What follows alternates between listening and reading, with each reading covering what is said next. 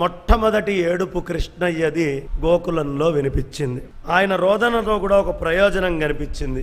ఏడ్చినటువంటి ఏడుపు యొక్క సమాచారం గోకులంలో చేరడానికి అట్టే పెద్ద సమయం పట్టలేదు. వెంటనే ఆయన రోదన యొక్క ఆనందం అక్కడ పొంగింది. నందకే ఆనంద భయోజై కనక హయ్యాలాల్కి లౌకికములైనటువంటి క్రియలు అనేకం అక్కడ చేశారు స్వామివారు పుట్టంగానే. శ్రీకృష్ణుడు లేకపోతే ఆ గోకులం అంతకు ముందంతా శూన్యంగా ఉందో ఏమైందో తెలియదు.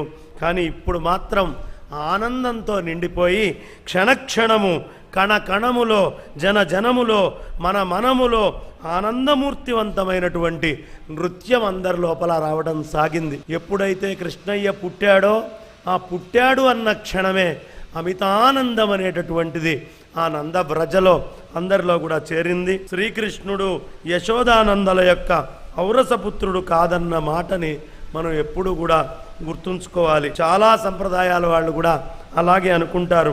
కానీ భగవంతుడు ఔరసపుత్రుడే కావాల్సినటువంటి అవసరం ఎప్పుడూ లేదు. ఆయన పట్ల పుత్రభావం కలగాలి. అంతేగాని భగవంతుడు నాకు పుడితేనే పుట్టినట్టు అని అనుకోక్కర్లేదయ్యా అని ప్రపంచానికి చూపించడం కోసం స్వామి యశోదకి ఔరసపుత్రుడుగా వచ్చాడు. అంటే దీనివల్ల మనకేం సందేశం ఇస్తున్నాడయ్యా అంటే, అయ్యో యశోదలాగానో దేవకిలాగానో నా కడుపున కృష్ణుడు పుట్టలేదే అని అనుకోవద్దండి. కృష్ణుణ్ణి పుత్రభావం మీకు కలిగితే ఆయన పుత్రుడిలాగా మీకు ఇవ్వాల్సినటువంటి అన్ని ఆనందాలని ఇస్తాడు. ఇదే యశోదను చూసి అందరూ నేర్చుకోవాల్సినటువంటి అంశము. అదేవిధంగా ఇక సాంసారికమైన జనులకు గనక ఈ వాత్సల్య భక్తి కలిగితే ఆ వాత్సల్య రసముతో వాళ్ళు మళ్ళీ వంచితులే అవుతారు. అంత పరమాత్మ పట్ల మీకు వాత్సల్యం కలిగినా మీరు వంచితులవుతారు. ఇక సామాన్యమైనటువంటి సంసారంలో వాత్సల్యం వస్తే వంచితులుగా ఎక్కడికి పోతారయ్యా?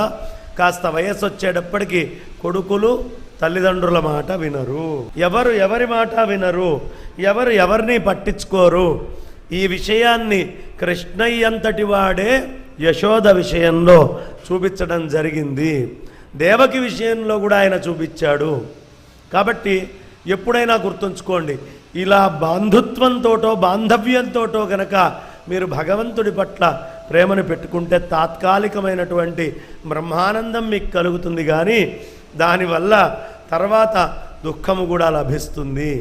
ఇది వాత్సల్యాలకు అతీతమైన నిర్గుణ నిరాకార సచ్చిదానంద ఘన చిదానంద పరబ్రహ్మముతో ప్రేమని ఏర్పరచుకోవడానికి మనం ఎవరైనా ఆ కృష్ణయ్యతోటైనా వాత్సల్యం చూపించుకోవాలి. కానీ ఇదే శాశ్వతము, ఈ విధమైన ప్రేమే ఎప్పటికీ ఉంటుంది అని ఎవరి విషయంలో అనుకోవద్దు అనేటటువంటి సందేశాన్ని ఆ స్వామి మనందరికీ కూడా ఇస్తూ ఉన్నారు.